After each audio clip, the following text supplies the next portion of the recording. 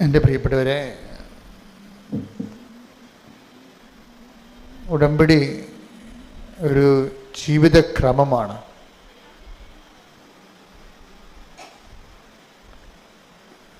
പലപ്പോഴും ഉടമ്പടിയുടെ ഓരോ ദിവസങ്ങളും ഈ സാക്ഷ്യത്തിൻ്റെ അൾത്താരയിൽ നിൽക്കുമ്പോൾ നമ്മളെ വല്ലാത്ത രീതിയിൽ സംഭ്രമിപ്പിക്കും. കാര്യം, നാനാജാതി മതസ്ഥർ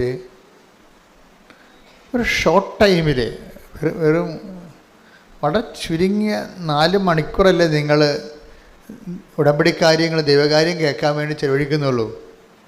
30 വർഷം ദൈവകാര്യം കേൾക്കാൻ വേണ്ടി ചെലവഴിച്ചതിനേക്കാൾ എക്സ്പീരിയൻസാണ് ചിലർക്ക്. ചിലർ 40 വർഷമൊക്കെ ഈ ദൈവകാര്യം കേട്ടിട്ട് ഇന്ന് വരെ പച്ച പിടിക്കാത്ത ആൾക്കാരുണ്ട്.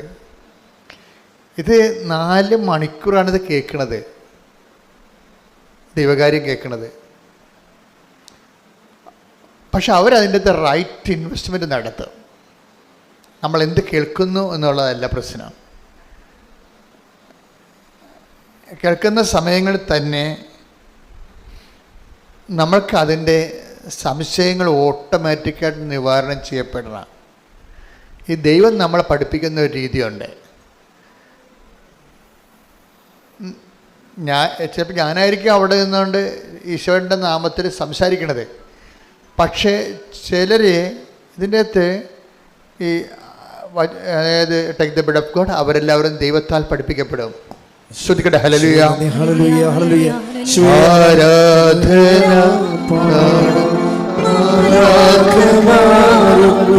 ജീവന്റെ തിരുഭോജിനി, ആരാധന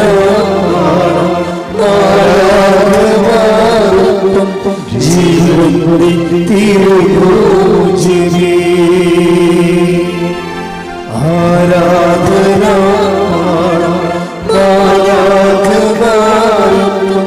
ജീവന്റെ തിരുഭോജിനി.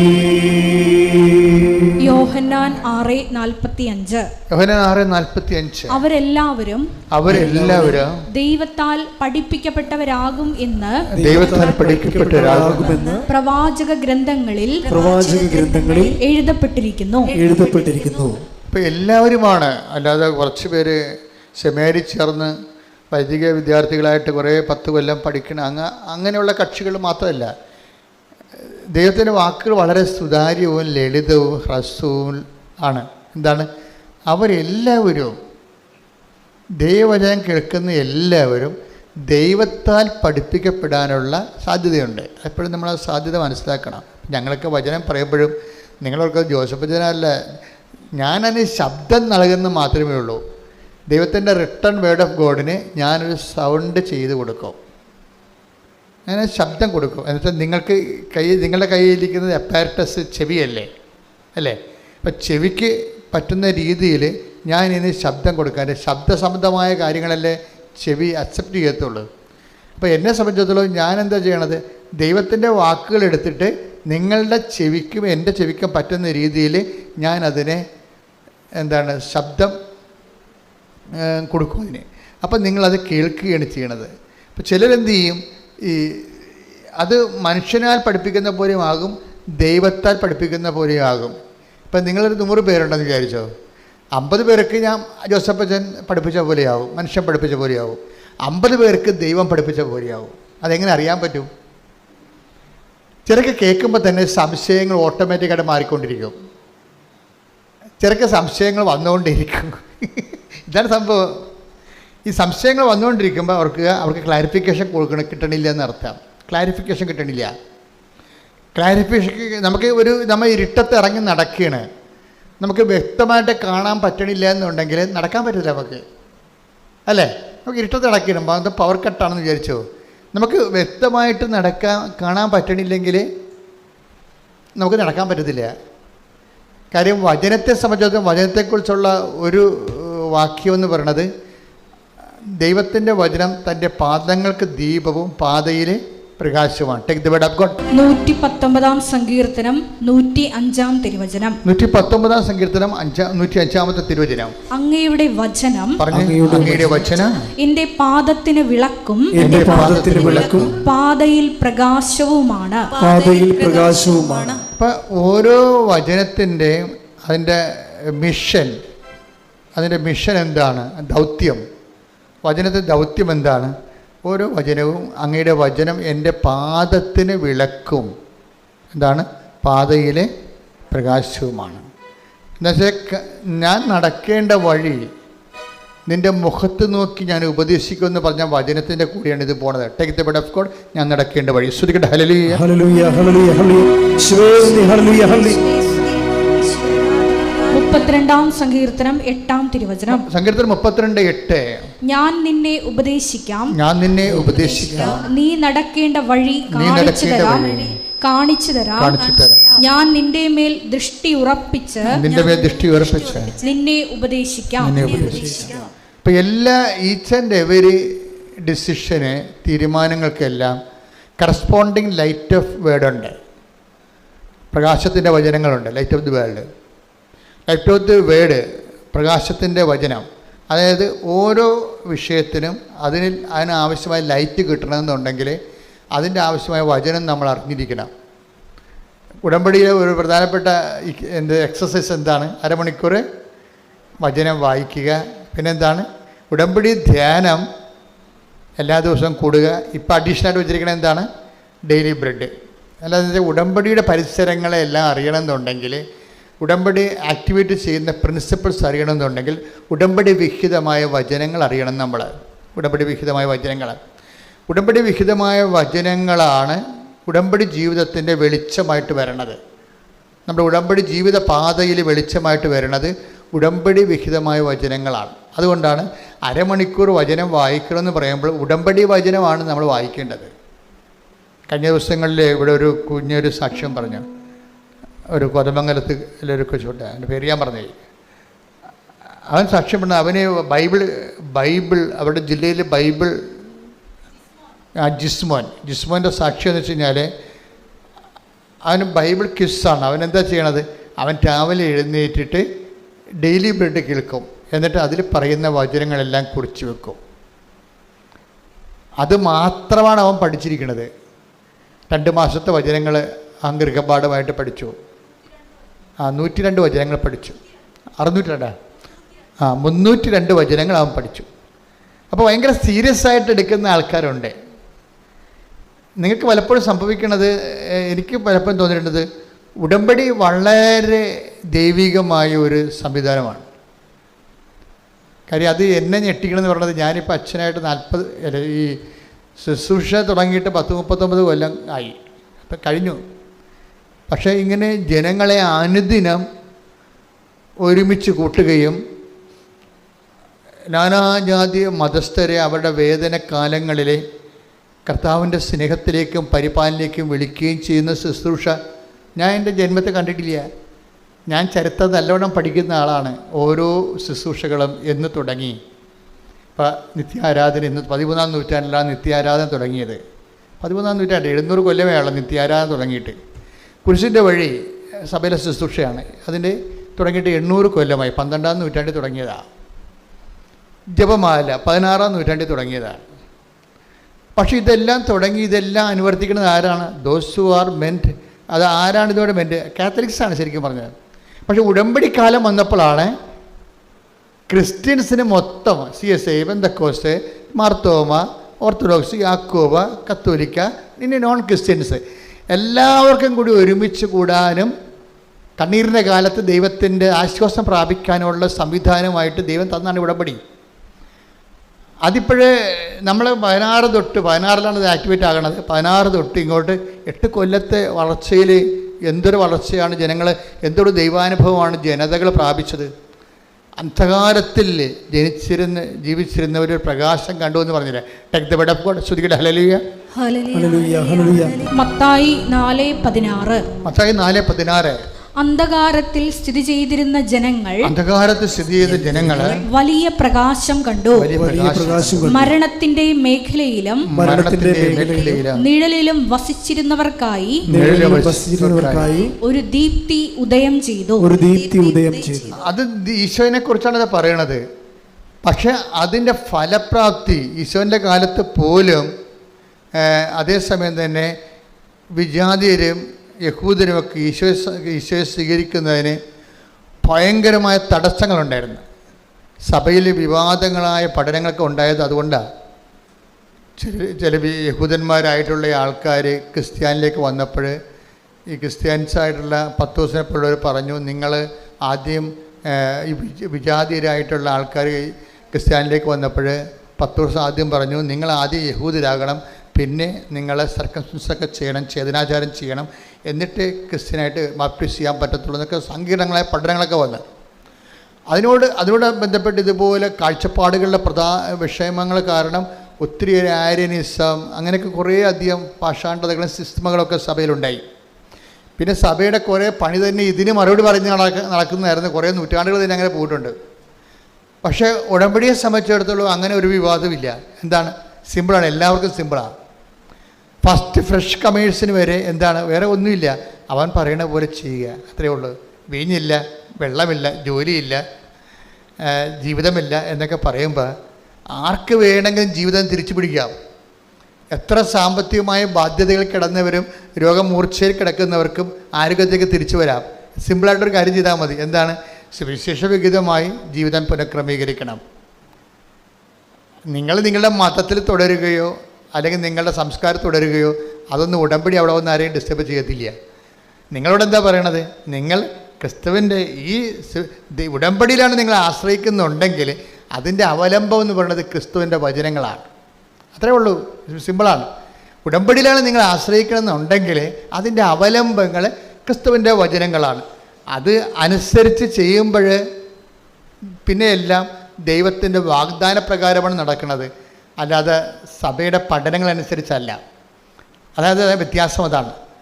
അതുകൊണ്ടാണ് ഞാൻ നോൺ ക്രിസ്ത്യൻസിനെ ഡിസ്റ്റർബ് ചെയ്യാത്തതിൻ്റെ കാരണം. നിങ്ങൾക്കുണ്ടാകുന്ന ദൈവാനുഭവങ്ങൾ ഇപ്പം ഞങ്ങൾക്ക് കാത്തലിക്സ് സഭയുടെ പഠനങ്ങൾക്കാണ് പ്രധാനം. ദൈവവചനം പോലെ പ്രാധാന്യമാണ് സഭയുടെ പഠനങ്ങൾക്കും. കാര്യം ഞങ്ങൾക്ക് അതിൻ്റെ ആ മേഖലയിൽ ഞങ്ങൾക്ക് കൂടുതൽ ബോധ്യങ്ങൾ തന്നിട്ടുണ്ട് സഭ. നിങ്ങളെ സംബന്ധിച്ചിടത്തോളം നിങ്ങളെ പ്രശ്കമേഴ്സാണ് വരണത്. നിങ്ങളെ സംബന്ധിച്ചിടത്തോളം എന്താ സംഭവം? നിങ്ങളുടെ ആധാരങ്ങൾ എന്താണ്? വചനമാണ് നിങ്ങളുടെ ആധാരം. നിങ്ങളുടെ അവലംബം എന്താണ്? ആ വചനം അവൻ പറയണ പോലെ ചെയ്യുന്നതാണ്. അപ്പോൾ നിങ്ങളുടെ റിസ്ക് തീർന്ന്, നിങ്ങൾക്ക് കടമാണ്, രോഗമാണ്, നിങ്ങളുടെ ജീവിതത്തിൽ സമാധാനമില്ല, നിങ്ങളതിൻ്റെ അകത്ത് ആശ്രയം വെച്ചിരിക്കുന്നത് ഉടമ്പടിയാണ്. ഉടമ്പടി അവലംബങ്ങളെന്ന് പറയുന്നത് കർത്താവിൻ്റെ വചനങ്ങളാണ്. അപ്പോൾ അതുകൊണ്ട് അവൻ പറയണ പോലെ ചെയ്തുകൊണ്ട് ദൈവസ്നേഹത്തോടെ മുന്നേറുന്നവരെ നിങ്ങൾക്കറിയാമല്ലോ. വാഗ്ദാനത്തിൻ്റെ ഏറ്റവും വലിയ വാഗ്ദാനത്തിൽ 100% അടിസ്ഥാനപ്പെടുത്തിയുള്ള ഒരുപക്ഷെ ഏക ആധ്യാത്മിക പരിചരണമാണ് ഈ ഉടമ്പടി. എന്താ കാര്യം? ഉടമ്പടി അവലംബപ്പെടുത്തിക്കുന്നത് അതിൻ്റെ അടിസ്ഥാനം എന്താണ്? ദൈവത്തിൻ്റെ വാഗ്ദാനമാണ്. വാഗ്ദാനം എന്തുമാത്രമാണെന്നാണ് വിചാരിക്കണത്? അതായത് 8850 വാഗ്ദാനങ്ങളുണ്ട്. ഈ വാഗ്ദാനങ്ങളിലാണ് ഉടമ്പടി വർക്ക് ചെയ്യണത്, അല്ലാതെ മറ്റ് പഠനങ്ങളിലല്ല. അതാണ് എൻ്റെ അക്രൈസ്തവരുടെ ഏറ്റവും വലിയ ഗുണം. അതാണ് എന്താ കാര്യം? അവരെ സംബന്ധിച്ചിടത്തോളം ദൈവം ഉടമ്പടി വർക്ക് ചെയ്യണത് സഭാ പഠനങ്ങളെ അടിസ്ഥാനപ്പെടുത്തിയല്ല. എന്താണ് ഉടമ്പടി വർക്ക് ചെയ്യണത്? അക്രൈസ്തവർക്ക് ഉടമ്പടി വർക്ക് ചെയ്യണത് ദൈവത്തിൻ്റെ വാഗ്ദാനങ്ങളെ അടിസ്ഥാനപ്പെടുത്തിയാണ്. ദൈവം വാഗ്ദാനങ്ങളിൽ വിശ്വസ്തനാണ്. അതുകൊണ്ടാണ് നിങ്ങൾ അവിശ്വസ്തരായിരുന്നാലും അവൻ വിശ്വസ്തനായിരിക്കും. അയ്യോ, ബൈബിളിൽ ടേക്ക് ദ ബെഡപ്പ് സ്തുതിക്കട്ടെ. ഹല്ലേലൂയ. തിമോത്തിയോസ് 2:13 നാം അവിശ്വസ്തരായിരുന്നാലും അവൻ വിശ്വസ്തനായിരിക്കും. എന്തെന്നാൽ തന്നെ തന്നെ നിഷേധിക്കുക അവന് സാധ്യമല്ല. ഒരു ഭയങ്കര ഓപ്പൺ മാർക്കറ്റ് എന്ന് പറഞ്ഞ പോലെയാണ്. അതായത് ഇത് മൊണോപ്പൊളി ഇല്ല ഇതിൻ്റെ അകത്ത്. Open market. മറ്റത് റിസർവ്ഡ് ഇല്ല, ആർക്കെങ്കിലും വേണ്ടി റിസർവ് ചെയ്തിരിക്കണമല്ല. ഇപ്പം കൃപ റിസർവേഷനിലുള്ളതാണ്. പക്ഷേ ഉടമ്പടിയെ സംബന്ധിച്ചിടത്തോളം നിത്യരക്ഷയ്ക്ക് ആവശ്യമായ കൃപ കൗതാശികമായി റിസർവ്ഡാണ്. നിത്യജീവനെ സംബന്ധിച്ചിടത്തോളം. പക്ഷേ അതിൻ്റെ തീരുമാനങ്ങളൊക്കെ അന്ത്യ തീരുമാനങ്ങൾ എടുക്കുന്നത്, അക്രൈസ്തവരെക്കുറിച്ചുള്ള അന്ത്യ തീരുമാനം എടുക്കുന്നത് ആരാണ്? ദൈവമാണ് തീരുമാനം എടുക്കുന്നത്. അതെവിടെ നിന്നാണ് ആ തീരുമാനം വരണത്? നിങ്ങളുടെ ആത്മാർത്ഥതയിലൂടെയാണ് തീരുമാനം കയറുന്നത്. നിങ്ങളുടെ ഓരോ വ്യക്തികളും ക്രിസ്തുവിനോട് ഇപ്പോൾ വിഷയബന്ധിയായിട്ട് നിങ്ങൾക്ക് ഉടമ്പടി എടുക്കാം, വ്യക്തിബന്ധിയായിട്ട് ഉടമ്പടി എടുക്കാം. ഞാൻ ആദ്യം പറഞ്ഞ ഭാഗങ്ങളെല്ലാം വിഷയബന്ധിയായിട്ട് ഉടമ്പടി എടുക്കുന്ന തുടക്കക്കാരെക്കുറിച്ചാണ് പറഞ്ഞിരിക്കുന്നത്. അക്രൈസ്തവരിൽ നിന്ന് വരുന്ന തുടക്കക്കാരില്ലേ, അവർ ചെയ്യണത് വിഷയബന്ധിയായിട്ടാണ് ഉടമ്പടി എടുക്കണം. അവർക്ക് IELTS പാസ്സാകണം, അവരുടെ വസ്തു വിൽക്കണം, കടങ്ങൾ മാറണം, വിഷയബന്ധിയാണ്. ഉടമ്പടിയുടെ ആദ്യ പ്രൈമറി ഭാഗങ്ങളെല്ലാം വിഷയബന്ധിയാണ്. ഉടമ്പടി കുറച്ചുകൂടി മച്ചുറായി കഴിയുമ്പോൾ, ഉടമ്പടി ജീവിതമാണല്ലോ, അത് വ്യക്തിബന്ധിയായിട്ട് മാറും. അത് ഓപ്ഷനിലാണ്. ഞങ്ങളാരും നിങ്ങളോട് വ്യക്തിബന്ധിയാകണമെന്ന് നിർബന്ധിക്കുകയോ നിർബന്ധപൂർവ്വം നിങ്ങളെ മതം മാറ്റുകയോ അങ്ങനെ വിഷയം വരെ ചെയ്തിട്ടുണ്ടോ? എന്നെ പറയും, ഒരിക്കലും ചെയ്യത്തില്ല.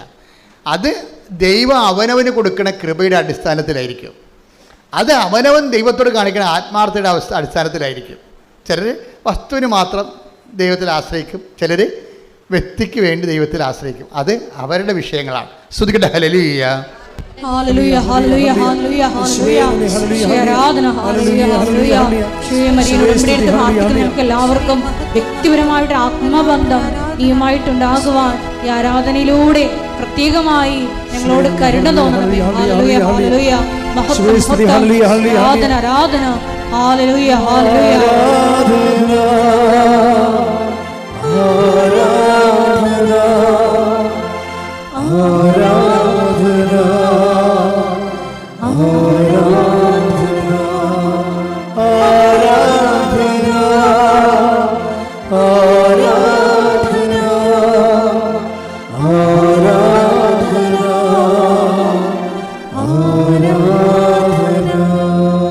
പക്ഷേ എൻ്റെ മക്കളോട് പറഞ്ഞിരിക്കണത് എന്താണ്? ഉടമ്പടി എന്ന് പറയണത് ബേസിക്കായിട്ട് അതിൻ്റെ ബേസ്മെൻറ്റ് എന്ന് പറയണത് ആധാരം. ഇപ്പോൾ നമ്മുടെ സ്ഥലത്തിനൊക്കെ ഇത് എൻ്റെ സ്ഥലമാണെന്ന് പറഞ്ഞാൽ ഉടനെ ചോദ്യം എന്താണ്? എന്ത് ആധാരം എന്ന് ചോദിക്കും. എന്താണ് അതിന്? സ്ഥലത്തിന് നമ്മൾ ആധാരം എന്നാണ് പറയണത്. ഇപ്പം നിങ്ങൾ ഇന്ത്യൻ പൗരനാണെന്ന് പറഞ്ഞാൽ എന്താണ് ആധാരം? അതിനാണ് ആധാർ കാർഡ് എന്ന് പറയണത്. ബേസ്മെൻറ്റ് എന്താണ്? അതിൻ്റെ അടിസ്ഥാനം എന്താ? നിങ്ങൾ ഇന്ത്യക്കാരനാണ്, അടിസ്ഥാനം എന്താണ്? കാർഡ് കാണിക്കാം, നമുക്ക് ആധാർ കാർഡ് കാണിക്കാം. അതുപോലെ തന്നെ ഇതുപോലെ തന്നെ സ്ഥലം, നിങ്ങളുടെ സ്ഥലമാണിത് എന്ന് പറഞ്ഞു കഴിഞ്ഞാൽ ആധാരം. അപ്പോൾ നമുക്ക് ആധാരം ഉണ്ടതിന്. ഉടമ്പടിയുടെ ആധാരം എന്താ? ഉടമ്പടിയുടെ ആധാരം എന്താ? നിങ്ങൾ ഉടമ്പടി ചെയ്തിട്ടില്ലേ ദൈവമായിട്ട്? അപ്പോൾ അതിൻ്റെ ആധാരം എന്താ? ദൈവത്തിൻ്റെ വാഗ്ദാനമാണ്. ആ വാഗ്ദാനം നിങ്ങൾ പ്രാപിക്കണമെന്നുള്ളതിന് നിർബന്ധം എന്താ? ഞാൻ ആ വാഗ്ദാനത്തിന് പറ്റുന്ന രീതിയിൽ അതിൻ്റെ നിബന്ധനകളെ പാലിക്കുന്നുണ്ട്. അതാണ് സംഭവം. സിമ്പിളല്ലേ? ദൈവത്തിൻ്റെ വാഗ്ദാനങ്ങളുണ്ട്. ഓക്കെ, നിങ്ങളുടെ ഉടമ്പടി അവലംബം എന്താണ്? അത് ദൈവത്തിൻ്റെ വാഗ്ദാനമാണ്. ദൈവത്തിൻ്റെ വാഗ്ദാനം നിങ്ങൾക്ക് കിട്ടണമെന്ന് എന്താ നിർബന്ധം? അതേ, ഞാൻ നിബന്ധനകൾ പാലിക്കുന്നുണ്ട്. അതാണ് വിഷയം. അച്ഛാൽ നിബന്ധനകൾ പാലിച്ചാൽ വാഗ്ദാനം പ്രാപിക്കാൻ പറ്റുമെന്നും ദൈവത്തിൻ്റെ വാഗ്ദാനമാണ്. ശ്രുതിക്കട്ടെ, ഹല്ലേലൂയ, ഹല്ലേലൂയ, ഹല്ലേലൂയ, ഹല്ലേലൂയ. ഉടമ്പടി നിബന്ധനകൾ പാലിച്ചുകൊണ്ട് വാഗ്ദാനങ്ങൾ കരയറ്റുവാൻ ഈ ആരാധനയിലൂടെ പ്രത്യേകം കരുണയാകണമേ. ഹല്ലേലൂയ, ഹല്ലേലൂയ.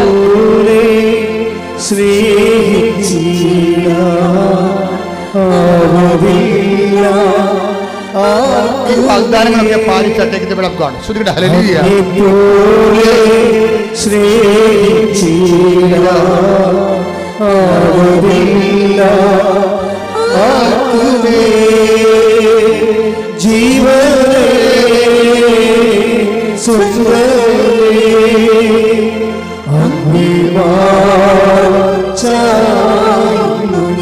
ജീവനെ സ്വന്തമേ,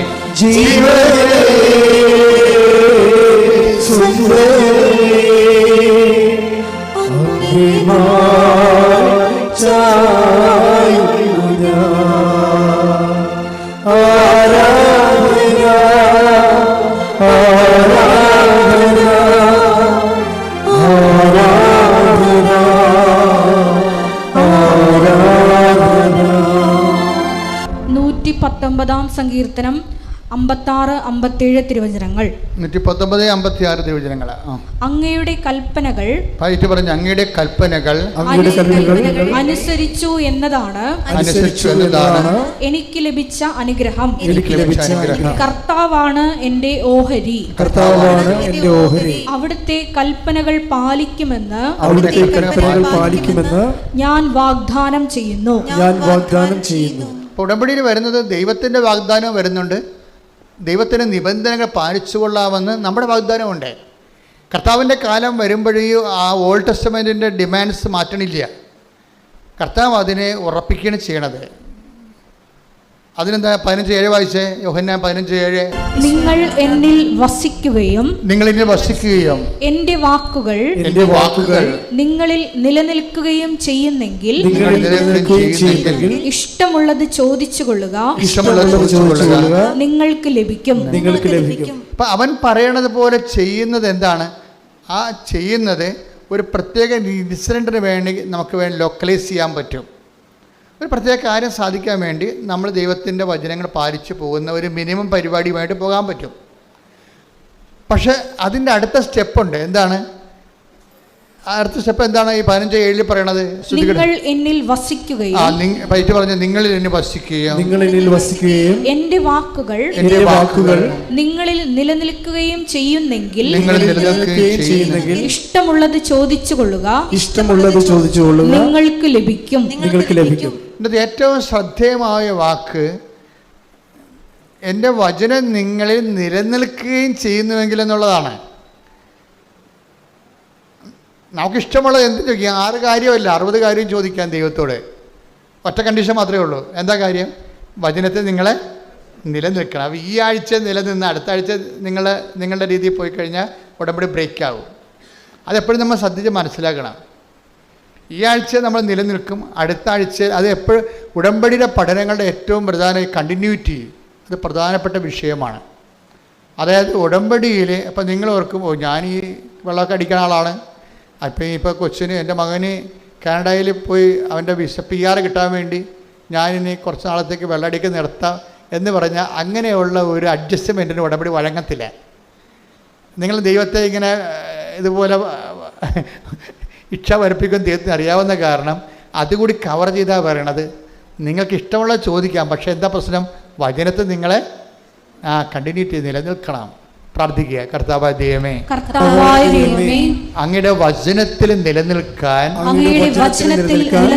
ആവശ്യമായ ദൈവസ്നേഹത്താൽ എന്നെ നിറക്കണമേ. ഇവിടെയാണ് ഞങ്ങൾ നിങ്ങൾക്ക് പരിചരണങ്ങൾ നൽകണത്. എന്താണ്? ഓരോ തരത്തിലുള്ള ഗൃഹപാഠങ്ങൾ നൽകും ഇല്ലേ? പത്രം കൊടുക്കാൻ പറയും, രോഗികളെ പോയി കാണാൻ പറയും. അതെന്തിനാണ് ഗൃഹപാഠങ്ങൾ നൽകണത്? അതെല്ലാം എല്ലാം ഉദ്ദേശം അത് ചെയ്യുമ്പോൾ നിങ്ങൾക്ക് പറ്റുന്ന അബദ്ധം, നിങ്ങൾ ആ ഒരു വിഷയത്തിന് വേണ്ടി വിഷയബന്ധിയായിട്ട് ചെയ്യും.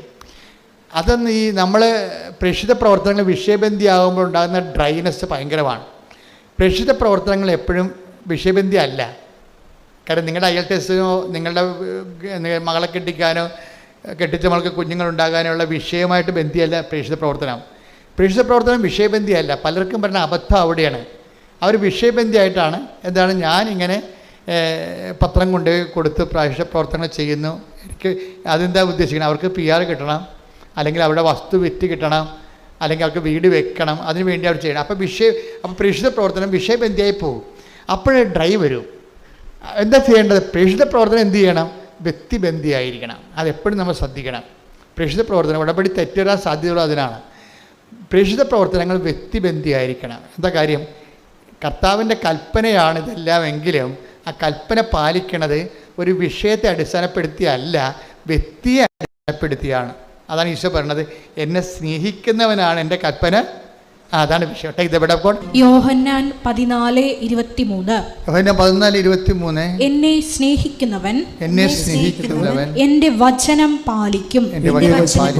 അപ്പോൾ എന്റെ പിതാവ് അവനെ സ്നേഹിക്കുകയും ഞങ്ങൾ അവന്റെ അടുത്ത് വന്ന് അവനിൽ വാസമുറപ്പിക്കുകയും ചെയ്യും.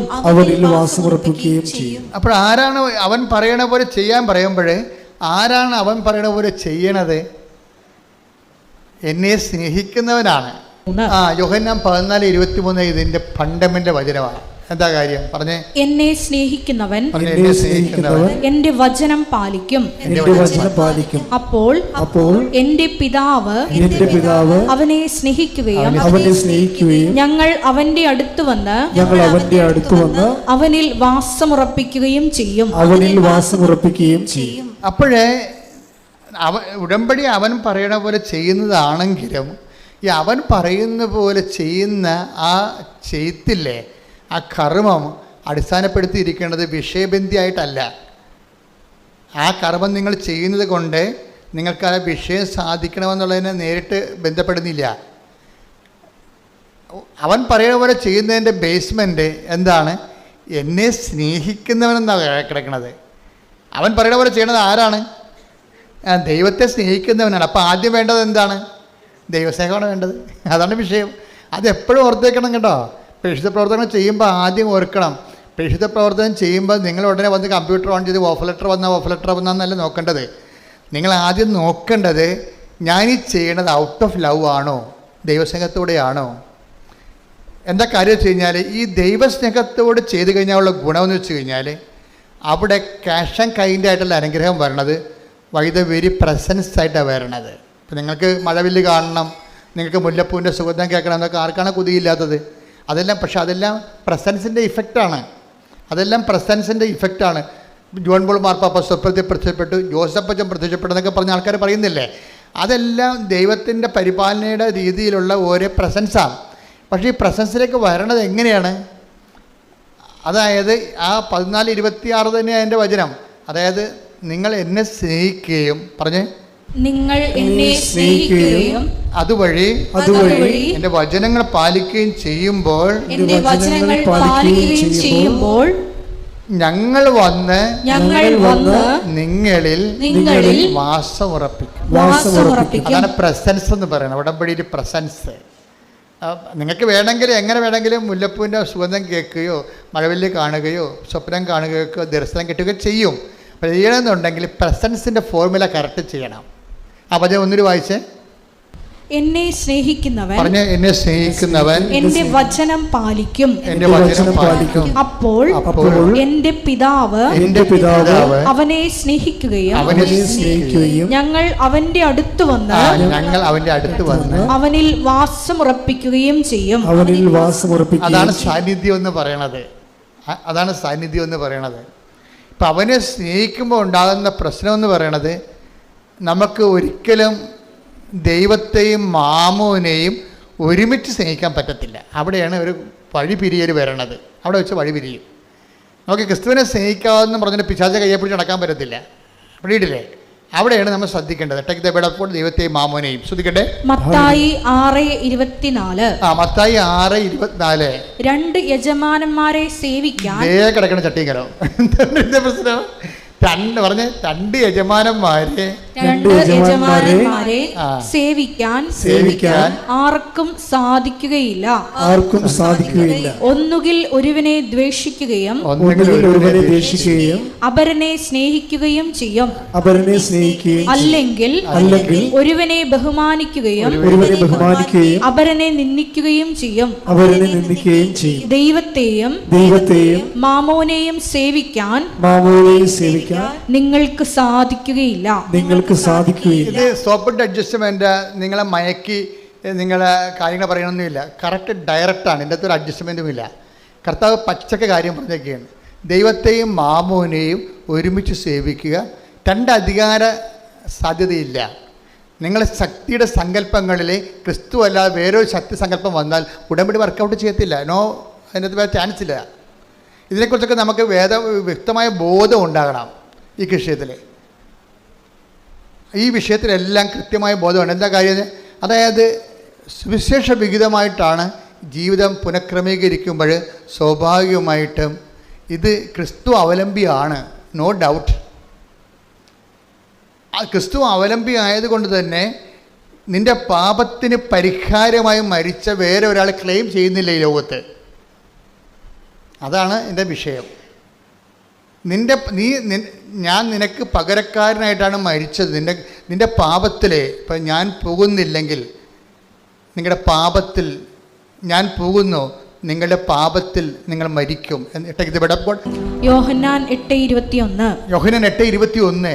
യേശു വീണ്ടും അവരോട് പറഞ്ഞു, ഞാൻ പോകുന്നു, നിങ്ങൾ എന്നെ അന്വേഷിക്കും, എന്നാൽ നിങ്ങളുടെ പാപത്തിൽ നിങ്ങൾ മരിക്കും. സിറ്റുവേഷൻ യേശുവിനെ റിജക്റ്റ് ചെയ്താൽ നമ്മുടെ മുമ്പിലുള്ള ഓപ്ഷൻ മരണമാണ്. അത് കൃത്യമായിട്ട് ബൈബിൾ പറയുന്നുണ്ട്, കൃത്യമായിട്ട് ഉടമ്പടി പറയുന്നുണ്ട്. എന്താ കാര്യം? ക്രിസ്തുവിനെ നമ്മൾ സ്വീകരിക്കുന്നത് നിത്യജീവന് വേണ്ടിയാണ്. അതാണ് വിഷയം. ക്രിസ്തു എന്ന് പറയുമ്പോൾ നിങ്ങൾ ഉറങ്ങാൻ ഭൗതികമായ ആനുകൂല്യങ്ങളും ധരിക്കരുത്. അതൊക്കെ ഇതിൻ്റെ ആദ്യത്തെ ABCD പരിപാടികളൊക്കെയാണ്. അതിൻ്റെ ഉദ്ദേശം എന്താണ്? നിൻ്റെ പാപത്തിന് നീ മരിക്കുന്നതിന് പകരമായിട്ട് മരിച്ചത് ഞാനാണെന്ന് വേറെ ആരും ക്ലെയിം ചെയ്തിട്ടില്ല. ക്രിസ്തുവിൻ്റെ കാലം വരെ ക്ലെയിം ചെയ്തിട്ടില്ല, ക്രിസ്തുവിന് ശേഷവും ക്ലെയിം ചെയ്തിട്ടില്ല. അപ്പോൾ നിൻ്റെ പാപത്തിന് നീ നിത്യമായി മരിക്കുന്നതിൻ്റെ സാധ്യതയ്ക്ക് അതിന് തടഞ്ഞു നിർത്തിക്കൊണ്ട് കൊളംബസ് അമേരിക്ക കണ്ടുപിടിക്കുമ്പോൾ ഒത്തിരി പേര് അമേരിക്ക കണ്ടുപിടിക്കാൻ അറ്റ്ലാന്റിക് സമുദ്രത്തിലൂടെ പോയിട്ടുണ്ട്. അപ്പോൾ സമുദ്രത്തിലേക്ക് വളർന്നു നിൽക്കുന്ന വലിയ മലയിൽ അവിടെ നോ മോർ ബിയോണ്ടെന്ന് എഴുതി വെക്കും. കപ്പലുകാരെല്ലാം തിരിച്ചു പോകും. കാര്യം ഒരു മലയിൽ അപ്പുറത്തേക്ക് നമ്മുടെ കടലിലൂടെ പോയി കഴിഞ്ഞാൽ അപകടങ്ങളാണ്, കടൽ പിശാചുക്കളെ കൊന്നുകളെയും പിടിച്ച്. അതുകൊണ്ടാണ് നോ മോർ ബിയോണ്ട്, ഇനി പോകരുതെന്ന് എഴുതും. ഇപ്പോൾ കൊളംബസ് ആണ് ആ മലയും നോ മോർ ബിയോണ്ട്, ഇനി മുന്നോട്ട് പോകരുത് എഴുതിയിട്ടും പുള്ളിയുടെ പാക്കപ്പൽ പുള്ളി ഓടിച്ചു പോയി അമേരിക്ക കണ്ടുപിടിച്ച്. ഇന്ത്യയാണെന്നാണ് വിചാരിച്ചത്, പക്ഷേ അമേരിക്ക കണ്ടുപിടിച്ച് തിരിച്ചു വന്നിട്ട് ആ നോ വെട്ടിക്കളഞ്ഞ്. എന്താ കളഞ്ഞത്? എന്നിട്ട് അപ്പോൾ എന്താ? ബിയോണ്ട്, മോർ ബിയോണ്ട്, ഇനിയും പോകാമെന്ന്. ഇതാണ് ക്രിസ്തു ചെയ്തത്. ക്രിസ്തുവിൻ്റെ കാലം വരെ മനുഷ്യൻ മരണത്തോട് തീരുകയാണ്. ക്രിസ്തുവിൻ്റെ കാലം മരണത്തെ ജയിച്ച് ഉത്ഥാനം ചെയ്ത് കഴിഞ്ഞപ്പോൾ ആ നോ മോർ ബിയോണ്ടിനെ നോ പോയി, മോർ ബിയോണ്ടായി. ജീവൻ്റെ ഈ ഭൂമിയുടെ ജീവിതത്തിന് ശേഷവും ജീവിതമുണ്ടായി. അതാണ് അവൻ ജീവനെ പുനരുദ്ധരിച്ചു എന്ന് പറയണത്. ആ ജീവനെ പുനരുദ്ധരിച്ചു. അപ്പം നമ്മൾ ക്രിസ്തുവിൽ വിശ്വസിക്കുക നമുക്ക് കിട്ടുന്ന ഏറ്റവും വലിയ വാഗ്ദാനം എന്താണ്? നിത്യജീവനാണ്. അതിൻ്റെയൊക്കെ ഒരു അടിസ്ഥാനമായ ആദ്യ രുചികളാണ് നമ്മൾ അനുഭവിക്കുന്ന ആദ്യ രുചികളില്ലേ. ഞാൻ ഈ ഉടമ്പടിയിലെ നിങ്ങളുടെ എല്ലാ ഭൗതിക സാക്ഷ്യങ്ങളെയും വിളിക്കാൻ ഇഷ്ടപ്പെടുന്നത് ഫസ്റ്റ് ടേസ്റ്റ് എന്ന് പറയും. ഫസ്റ്റ് ലവ് എന്നൊക്കെ പറഞ്ഞ പോലെ ഫസ്റ്റ് ടേസ്റ്റ്. എന്താണ് ഫസ്റ്റ് ടേസ്റ്റ് എന്ന് പറഞ്ഞാൽ? ആദ്യ രുചികൾ നിത്യതയുടെ മുന്നാസ്വാദനം വെച്ചുള്ള ആദ്യ രുചികളാണ് അനുഭവിക്കുന്നത്. അപ്പം ചിലർക്ക് നല്ല ആഴമായ ദൈവ സ്നേഹം കിട്ടും.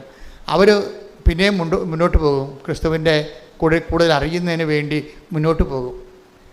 അങ്ങനെ മുന്നോട്ട് പോകുന്ന ആൾക്കാർ ആണ് പിന്നീട് നിത്യജീവനിൽ ക്രിസ്തുവിനെ കണ്ടെത്തിയിട്ടുള്ളത്. ഞാൻ തിരുവുദ്ധാനത്തോട് ബന്ധപ്പെട്ട് വരുന്ന ദിവസങ്ങളായതുകൊണ്ടാണ് ഈശോ ഇതിലൂടെ ഇങ്ങനെ സംസാരിക്കണമെന്ന് ഞാൻ കരുതുന്നു. നിങ്ങൾ സ്തുതിക്കട്ടെ. ഹല്ലേലൂയ, ഹല്ലേലൂയ, ഹല്ലേലൂയ, ഹല്ലേലൂയ, ഹല്ലേലൂയ. വലിയ വചന രഹസ്യങ്ങൾ ഞങ്ങൾക്ക് വെളിപ്പെടുത്തുന്നതിന് നന്ദി പറയുന്നു. ഹല്ലേലൂയ, ഹല്ലേലൂയ. മഹത്വം, മഹത്വം, ആരാധന, ആരാധന. ഹല്ലേലൂയ, ഹല്ലേലൂയ, ഹല്ലേലൂയ. മഹത്വം, മഹത്വം.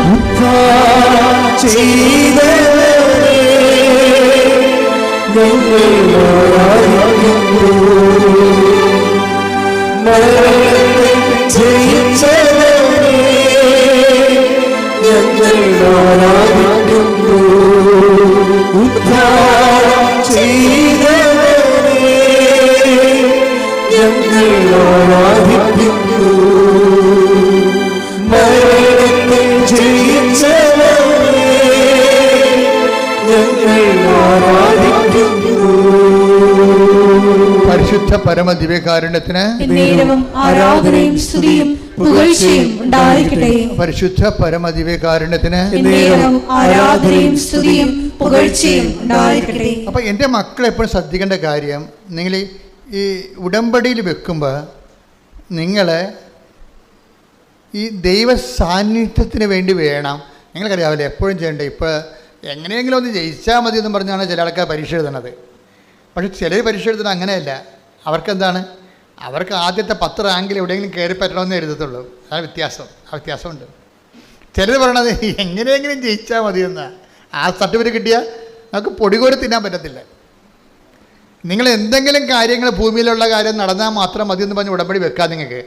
പക്ഷെ അതേസമയം തന്നെ ആദ്യത്തെ 10 റാങ്കിൽ ഒരാളായിട്ട് കയറി പറ്റണമെന്ന് പറഞ്ഞ് ഉടമ്പടി വെക്കാം. അത് സാന്നിധ്യത്തിൻ്റെതാണ്. ഡിസ്റ്റിങ്ഷൻ കഴിഞ്ഞ് മുകളിലോട്ട് വരണതെല്ലാം എൻ്റെ റാങ്ക് സാന്നിധ്യത്തിൻ്റെതാണ്. നിങ്ങളെന്തിനാണ് ഉടമ്പടി എടുക്കേണ്ടത്? കർത്താവിൻ്റെ സാന്നിധ്യം അനുഭവിക്കണമെന്ന് ഉടമ്പടി എടുക്കണം. പറഞ്ഞ മനസ്സിലായ? അല്ലാതെ വസ്തു വിൽക്കണമെന്ന് പറഞ്ഞാൽ അതൊക്കെ നടക്കണം, ഈസിയായിട്ട് നടക്കുന്ന കാര്യങ്ങളാണ്. അതിന് ഓവർ പ്രാധാന്യം കൊടുക്കരുത്. അതിൻ്റെ ഇരട്ടി കാര്യങ്ങൾ നടക്കും ഉടമ്പടിക്കാലത്ത്. നിങ്ങൾ പറയണത് എന്താണ്? നിങ്ങൾക്ക് സാന്നിധ്യം വേണമെന്ന് പറയണം. കാര്യം വാഗ്ദാനത്തിലുള്ളതാണ്, നമുക്ക് സ്കീമിലുള്ളതല്ലേ. ഇപ്പം ഞങ്ങൾക്ക് വീട് വേണമെന്നൊക്കെ പറഞ്ഞുകൊണ്ട് ചെന്നാൽ പഞ്ചായത്തുകാർ പറയും നിങ്ങൾ ആപ്ലിക്കേഷൻ വെക്കൂ. പക്ഷേ 300 ആപ്ലിക്കേഷൻ ഇവിടെ കിടപ്പുണ്ട്. ലൈഫ് മിഷൻ്റെ 300 ആപ്ലിക്കേഷൻസ് ഇവിടെ കിടക്കുന്നുണ്ട്. അതുകൊണ്ട് എന്തായാലും നിങ്ങൾ വെക്കൂ. ഞങ്ങൾ വീടൊക്കെ വന്ന് പരിശോധിച്ചിട്ട് നിങ്ങൾ യോഗ്യരാണെങ്കിൽ അടുത്ത ഗഡുവിന് പരിഗണിക്കാം. എന്നാൽ അവർ പരിഗണിക്കാമെന്ന് പറയാൻ കാര്യം സ്കീം ഉള്ളത് കൊണ്ടാണ്. അപ്പോൾ നിങ്ങൾ പറയാം ലൈഫ് മിഷൻ്റെ വീട് പോയി, ഞങ്ങൾക്ക് വീടുണ്ട്, ഞങ്ങളുടെ വീടൊന്ന് പുതുക്കി പണിതാൽ മതി, ഓടിൻ്റെ വീടാണ് ഇട്ടിരിക്കുന്നത്, അതൊന്ന് വാർത്താൽ മതി എന്ന് പറയും. അപ്പോൾ ഞാൻ അങ്ങനെ ഓടിട്ട വീട് ഓട് മാറ്റിയിട്ട് വാർക്കുന്ന സ്കീമില്ലെന്ന് പറയും. അപ്പോൾ പറയാം, അപ്പോൾ പഞ്ചായത്ത് സെക്രട്ടറി പറയും ചേച്ചി എപ്പോഴും കയറി ഇറങ്ങണ്ട, അത് മൊത്തം പൊളിച്ച് മാറ്റി, എന്നിട്ട് നിങ്ങൾ രണ്ടാമത് ഈ ആപ്ലിക്കേഷൻ വെക്കാൻ പറയും. അപ്പോൾ നിങ്ങൾക്ക് പുതിയ വീട് കിട്ടുമല്ല, എന്നാൽ പിന്നെ അങ്ങനെ ചെയ്യാം. അത് സ്കീമിൻ്റെ പ്രശ്നമാണ്. ഇപ്പം നിങ്ങൾക്ക് ഉടമ്പടിയിലുള്ളത് വാഗ്ദാനങ്ങളെല്ലാം സ്കീമുകളാണ്. പ്രസൻസ് എന്ന് പറഞ്ഞ സ്കീമാണ്, ഓൾറെഡി ഉള്ളതാണ്. ഉള്ള കാര്യം നമുക്ക് ചോദിക്കാം, ഇല്ലാത്ത കാര്യം ചോദിക്കാതിരുന്നാൽ മതി. ഉള്ള കാര്യം ചോദിക്കാം, അത് സ്കീമിലുള്ളതാണ്. എന്താണ്? നിങ്ങൾ എന്നെ സ്നേഹിക്കുകയും എൻ്റെ കൽപ്പന നിങ്ങൾ പാലിക്കുകയും ചെയ്താൽ ഞങ്ങൾ വന്ന് നിങ്ങളിൽ അപ്പോൾ സ്കീമിലുള്ളതാണത്. അപ്പോൾ നമുക്കെന്ത് ചോദിക്കാം? കർത്താവ് ഞാൻ ഉടമ്പടി വെച്ചിട്ടുണ്ട്, പല കാര്യങ്ങളൊക്കെ ഉണ്ട്, മഴ കെട്ടിക്കണം, തന്നെയല്ല മറ്റേ ഇംഗ്ലണ്ടിൽ പോയ കൊച്ചിൻ്റെ ജോലി രണ്ടാമത് വിസ പുതുക്കി കിട്ടണില്ല, അതൊക്കെ ശരിയാണ്. പക്ഷേ എൻ്റെ മനസ്സിലുള്ളത് എനിക്ക് നിന്നെ കാണണം, അതാണ് വിഷയം. അപ്പോസ്തലന്മാരൊക്കെ ആദ്യം വന്നപ്പോൾ ചോദിച്ച ചോദ്യം അതാണ് ഈശോയ്ക്ക് ഇഷ്ടപ്പെട്ടത്. അത് ഈശോയോട് ചോദിച്ചേ, റബ്ബി വേറെ ആർ യു ലിവിങ്? അയ്യോ ഭയങ്കര, അതായത് വേറെ are you living? Take the bed of God, സ്തുതിക്കട്ടെ. ഹല്ലേലൂയ ഹല്ലേലൂയ ഹല്ലേലൂയ ഹല്ലേലൂയ ഹല്ലേലൂയ ഹല്ലേലൂയ. യേശുവേ നന്ദി. ഹല്ലേലൂയ ഹല്ലേലൂയ. യേശുവേ ഹല്ലേലൂയ ഹല്ലേലൂയ ഹല്ലേലൂയ ഹല്ലേലൂയ. യേശുവേ ആരാധന ആരാധന ആരാധന. യേശു തിരിഞ്ഞ് അവർ തന്റെ പിന്നാലെ വരുന്നത് കൊണ്ട് ചോദിച്ചു, നിങ്ങൾ എന്തന്വേഷിക്കുന്നു? അവർ ചോദിച്ചു, റബ്ബി, ഗുരു എന്നാണ് ഇതിനർത്ഥം. അങ്ങ് എവിടെയാണ് വസിക്കുന്നത്? അവൻ പറഞ്ഞു, വന്നു കാണുക. അവർ ചെന്ന് അവൻ വസിക്കുന്നിടം കാണുകയും അന്ന് അവനോട് കൂടെ താമസിക്കുകയും ചെയ്തു. അപ്പോൾ ഏകദേശം 10 മണിക്കൂറായിരുന്നു. അപ്പൊ ഇതിനകത്ത് വരുന്നൊരു വിഷയം, കർത്താവിനോട് ചോദിക്കുന്ന ചോദ്യം എന്താ? നിങ്ങൾ എന്താണ് അന്വേഷിക്കണം എന്നാണ് ചോദിക്കണത്. പക്ഷെ അവർ ഉത്തരം പറയണത് ആരെ അന്വേഷിക്കുന്നു എന്നതിനാണ്. അവിടെ ഭയങ്കര ട്വിസ്റ്റാണ് ശരിക്കും പറഞ്ഞാൽ. എന്താണ് അന്വേഷിക്കണം എന്നാണ് ചോദിക്കണത് കർത്താവ്. അപ്പോൾ പറയും, ഞാൻ എൻ്റെ പരീക്ഷ ജയിക്കാൻ വേണ്ടിയാണ് അന്വേഷിക്കുന്നത്. എന്നുവെച്ചാൽ നിൻ്റെ കയ്യിൽ നിന്നുള്ള ആനുകൂല്യങ്ങളാണ് അന്വേഷിക്കുന്നത്. അപ്പോൾ കർത്താവും ചോദിക്കണത്, നിങ്ങൾ വല്ല എൻ്റെ പുറകെ വരുന്നുണ്ടല്ലോ, നിങ്ങൾ ആനുകൂല്യങ്ങളാണോ അന്വേഷിക്കുന്നത് എന്ന് ചോദിക്കുമ്പോൾ അവർ പറയും, ആനുകൂല്യങ്ങളല്ല, we want to know that where you are living. നീ എവിടെ താമസിക്കുന്നു എന്നറിയണം, വചനത്തിൻ്റെ കൂടെ എവിടെയാണെന്ന് അറിയണം. അയ്യോ, എന്നാ ചോദ്യമാണ് ചെയ്യണത് ശരിക്കും പറഞ്ഞാൽ, എന്നാ ഉത്തരവാണ്. നീ എവിടെയാണ് താമസിക്കുന്നത്? അപ്പോൾ കർത്താവ് ചോദിക്കണം, നിങ്ങൾ എന്താണ് അന്വേഷിക്കണതെന്നാണ്. പരീക്ഷയ്ക്ക് വിജയമാണോ, വസ്തു വിൽക്കാനാണോ, വിഷയങ്ങളാണോ അന്വേഷിക്കണത് എന്ന് പറയുമ്പോൾ ആണെന്നല്ല അവർ പറയണത്. അവർ പറയുന്നത് എന്താണ്? വിഷയങ്ങളല്ല ഞങ്ങളുടെ പ്രശ്നം, വ്യക്തിയാണ്. നീ ആണ് ഞങ്ങളുടെ പ്രശ്നം. നീ എവിടെ താമസിക്കുന്നു? അതിൻ്റെ അർത്ഥം എന്താണ്? നിൻ്റെ കൂടെ താമസിക്കാൻ ഞങ്ങൾക്ക് ആഗ്രഹമുണ്ട്, അതാണ് വിഷയം. ഉടമ്പടിയുടെ ഒരു ഉദ്ദേശം അത് തന്നെയാണ്. എവിടെ താമസിക്കുന്നു വെച്ചാൽ കർത്താവിൻ്റെ കൂടെ താമസിക്കാവുന്നൊരു കാലമാണ് ഈ ഉടമ്പടി കാലം എന്ന് പറയണത്. ഇത് അവസാനം വരെ ഈ ചോദ്യ ഉത്തരങ്ങൾ ഇങ്ങനെ കണ്ടിന്യൂ ചെയ്യുന്നുണ്ട്. പട്ടാളക്കാർ വരുമ്പോൾ കർത്താവ് ചോദിക്കും, അവിടെ ചോദിക്കണത് നിങ്ങൾ എന്ത് അന്വേഷിക്കണം എന്നല്ല ചോദിക്കണത്, നിങ്ങൾ ആരെ അന്വേഷിക്കുന്നു എന്നാണ് ചോദിക്കുന്നത്. കാര്യം എന്താണ്? അവർ ചോദിക്കേണ്ട ആൾ വ്യക്തിയാണ്, വ്യക്തിയുടെ ആനുകൂല്യങ്ങളല്ല. അവർ ചോദിക്കേണ്ട ആളാരാണ്? വ്യക്തിയാണ്. അപ്പോൾ എന്തന്വേഷിക്കുന്നു ആ ചോദിക്കുന്ന ബൈബിള് അവസാനിക്കുന്നത് ആരെ അന്വേഷിക്കണമെന്ന് പറഞ്ഞു. ടേക്ക് ഹല്ലേലൂയ. ഹല്ലേലൂയ ഹല്ലേലൂയ ഹല്ലേലൂയ. യേശുവേ നന്ദി. ഹല്ലേലൂയ ഹല്ലേലൂയ ഹല്ലേലൂയ. യോഹന്നാൻ 18:4. യോഹന്നാൻ 18:4. തനിക്ക് സംഭവിക്കാനിരിക്കുന്നതെല്ലാം അറിഞ്ഞിരുന്ന യേശു മുമ്പോട്ട് വന്ന് അവരോട് ചോദിച്ചു, നിങ്ങൾ ആരെയാണ് അന്വേഷിക്കുന്നത്? അപ്പോൾ അവർ പറയും, Jesus of നാസറത്ത്, that is me. നിങ്ങൾ അന്വേഷിക്കുന്ന ആള്, ഇനി വേറെ ആരും നിങ്ങൾ അന്വേഷിച്ച് പോകേണ്ട ആള് ഞാൻ തന്നെയാണെന്ന് പറയും. ദാറ്റ്സ് മീ എന്ന് പറയുമ്പോൾ ആ വചനത്തിൻ്റെ പവറിൽ യേശുവിനെ പിടിച്ചു കെട്ടാമെന്ന് ഒരു മലന്നടിച്ച് വീണാണ് നമുക്ക് കാണുന്നത്. അതാണ് പവർ ഓഫ് ഗോഡ് എന്ന് പറയണത്. ഞാൻ പറഞ്ഞു വരുന്നതിൻ്റെ കാരണം, അഥവാ ദൈവം എന്നിലൂടെ ഇപ്പോൾ ഈ നിമിഷം പറയാൻ ഉദ്ദേശിക്കുന്നത്, ഈ സുവിശേഷത്തിൻ്റെ യാത്രയിൽ ആദ്യം മനുഷ്യൻ ആരംഭിക്കുന്നത് എന്ത് അന്വേഷിക്കുന്നു എന്നും പറഞ്ഞാൽ കർത്താവ് ചോദിക്കുന്നത്, നിങ്ങൾ എന്ത് അന്വേഷിക്കുന്നു? പിന്നീട് ഈശോ അത് അവസാനിപ്പിക്കുന്നത്, നിങ്ങൾ കഷക്കായതല്ല അന്വേഷിക്കേണ്ടത്, നിങ്ങൾ വിഷയമല്ല അന്വേഷിക്കേണ്ടത്, എന്നെ തന്നെയാണ്, പിതാവ് അയച്ച എന്നെ തന്നെയാണ് അന്വേഷിക്കേണ്ടത്. അതാണ് ആരെ അന്വേഷിക്കുന്നു. ഉടമ്പടി എപ്പോഴും നമ്മൾ ശ്രദ്ധിക്കേണ്ടത്, സ്വാഭാവികം നമുക്കൊരു പ്രലോഭനം ഉണ്ടാകാം. എന്തന്വേഷിക്കാൻ? ജോലി അന്വേഷിക്കാൻ, വീട് അന്വേഷിക്കാൻ, പ്രമോഷൻ അന്വേഷിക്കാൻ, പെൻഷൻ അന്വേഷിക്കാൻ, PR അന്വേഷിക്കാൻ നമുക്ക് ത്വര ഉണ്ടാകാം. ഈ ത്വരയെ അതിലംഘിച്ചുകൊണ്ട് വേണം നിങ്ങൾ ഉടമ്പടിയിലൂടെ ക്രിസ്തുവിനെ അന്വേഷിക്കാൻ. കൈയടിച്ച് ശ്രദ്ധിക്കട്ടെ. ഹല്ലേലൂയ.